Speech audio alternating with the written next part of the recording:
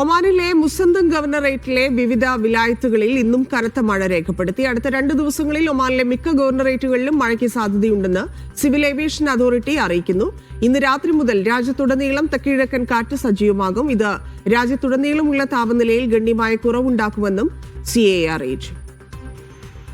മുസന്തം ഗവർണറിലെ വിലായത്തുകളിൽ കനത്ത മഴയാണ് ഇന്നും രേഖപ്പെടുത്തിയത്. നിരവധി വാദികൾ നിറഞ്ഞൊഴുകി.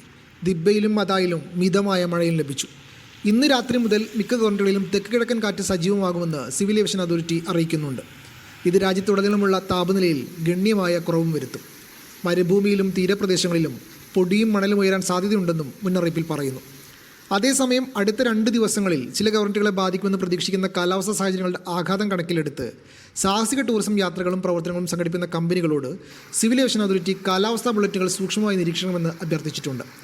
സാഹസിക ടൂറിസം യാത്രകൾ സംഘടിപ്പിക്കുന്നതിൽ നിന്നോ നടത്തുന്നതിൽ നിന്നോ വിട്ടുനിൽക്കണമെന്ന് പൈതൃക ടൂറിസം മന്ത്രാലയവും ആവശ്യപ്പെട്ടിട്ടുണ്ട്. അടുത്ത 2 ദിവസം ഒമാന്റെ മിക്ക ഗവർണറുകളിലും മഴയ്ക്ക് സാധ്യതയുണ്ട്. Media 1, Muscat.